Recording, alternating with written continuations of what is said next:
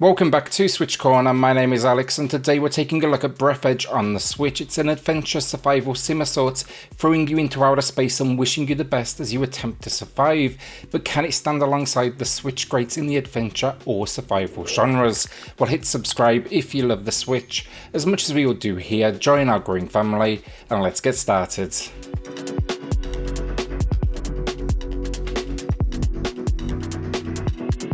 So story plays a large part with Breathedge. This is not a survival experience, rather an adventure game with survival elements, and the difficulty modes, they range from no deaths to permadeath. The story though, you're a man with no name transferring your grandfather's casket to his funeral aboard a spaceship. All hell breaks loose though on this journey, nearly everything on board is jettisoned, and now you find yourself surrounded by debris floating deep in space.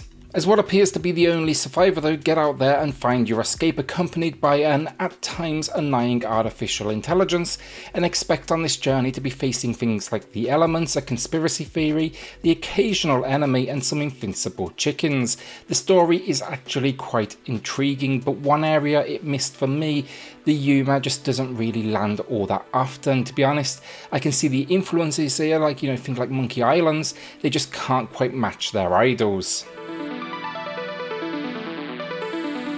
So the gameplay is a little bit weird. I need to almost talk about the game in two halves. The first couple of chapters, it's the typical survival fare, meaning explore, loot, craft and survive, whether that's finding food and water, crafting tools, or simply constructing that next much needed item. Now you'll start at a hub location, which is an engineer's deck.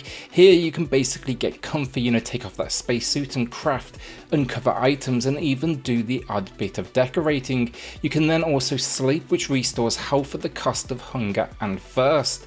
The star of the show here for me though, it's gotta be the 360-degree movement. It's refreshing just to have so much freedom in that exploration. If it is, I will say, a little daunting at first when you see the size of some of the locations that are on offer. The final essential piece then to survival is oxygen. As I said, we get the usual food, water, health meters, but here every second you are in space it drops your oxygen, meaning every trip you make it needs to be two ways. It also though means a whole lot of backtracking constantly, which may put some of you off. Now as you progress, sure, you can increase this oxygen bar, you can even get access to transport, but it's still far from the typical experience, where you can go at your own pace and maybe go as deep into a location as you want to. Now to overcome this sense of repetition and restriction, the one major design decision I really liked was the game always kind of teased me with needing to be somewhere just out of reach on the horizon. So I always had that sense of wanting to push forward even as I started to kind of burn out on the formula. Now I do recommend at this point go right around the middle difficulty for that first playthrough. It is the recommended. It doesn't hold your hand too much, but it does at least often give you hints and nudge you in the right direction. The oxygen tank though, by far your biggest enemy, and I quickly recognise this isn't green hell or a long dark experience where things can go from bad to worse. It's instead simply about making smart decisions and knowing when to turn back, because you're restricted to where you can survive.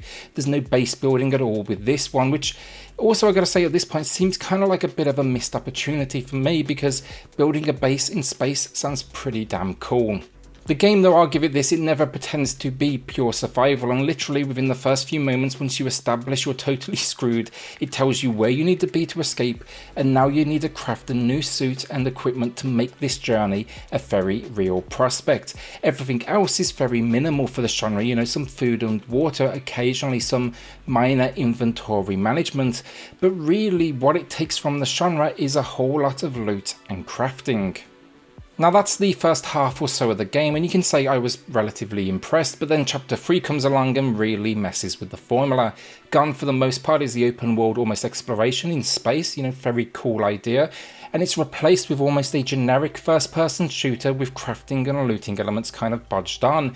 It's a weird tonal shift that I did not see coming, and it kind of shifts this game from being this cool mystery adventure to being a very linear setup that's only concerned about wrapping up its story. It's like they couldn't quite figure out where to take things next. It's just incredibly underwhelming for all of the hard work you put in to get to this point, all that exploration, crafting, looting, but also it's just underdeveloped. The combat's not particularly good, and then the whole like corridor exploration, it wears thin quickly, almost bordering on walking sim with a gun. That is how like undercooked this is. So yeah, look, up until the halfway point, sure, there was backtracking and the survival is relatively light, but its gameplay loop still managed to get me addicted personally, and then I was impressed with the freedom the 360-degree movement gave me. Even the adventure storyline, I really liked its combination of elements, but then chapter 3, that switch came along and it just went from intrigue to an absolute slog of exploring corridors with some undercooked gameplay, and that's a shame because it started off great and then it appears they just wanted to wrap things up as quickly as possible. They did not know, where to go next, so they were like, yeah, screw it, let's just change up the game entirely. It just doesn't work though, and that is the major problem Breathedge faces. Graphically, I thought it was great. Now there's a few rough edges, there's some, pop-in, there's pixelation here and there at a distance, but given the size of this sandbox world, I was seriously impressed with each location that I uncovered. There's a whole lot of variety in here alongside some solid visual gags just to keep things fresh.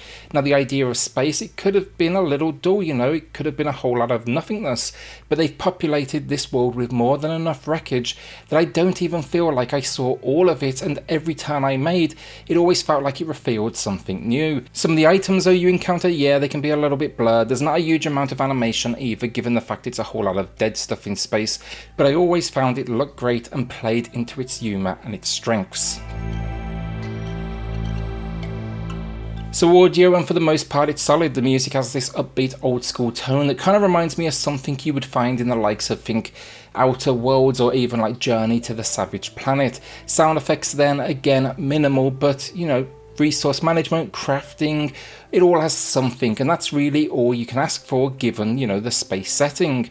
The only issue I do have, the voice actor of your artificial intelligence companion who delivers the gags can be a little bit grating. It's good delivery at times, but it goes for that almost annoying counterpart talking 1,000 miles per hour, and at times it's just a little bit too much given the circumstances you find yourself in.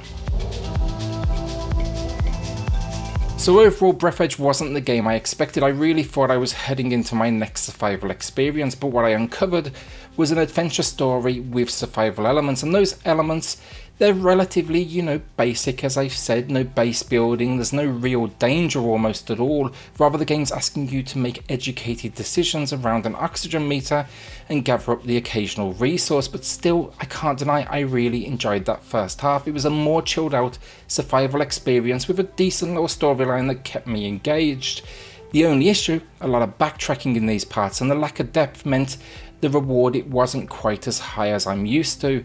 Then though, the third chapter rolled around and talk about a change in gameplay as it gets rid of the exploration, the mystery, and basically drops you into a corridor with a blaster in hand so it can try and conclude its story, and that's a real shame given how strong things start. That shift just left me feeling disappointed, and I wish they had taken the time to make things just a little bit more consistent throughout the end, because I would much rather play the first half of this game twice in a row than face that closing again.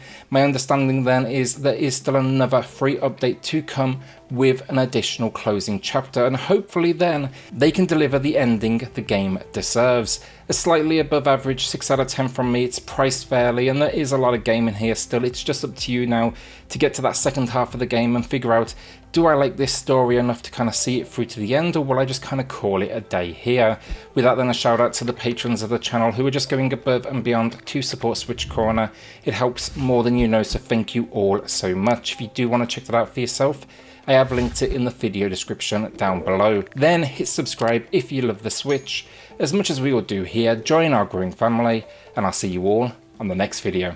Thanks everyone.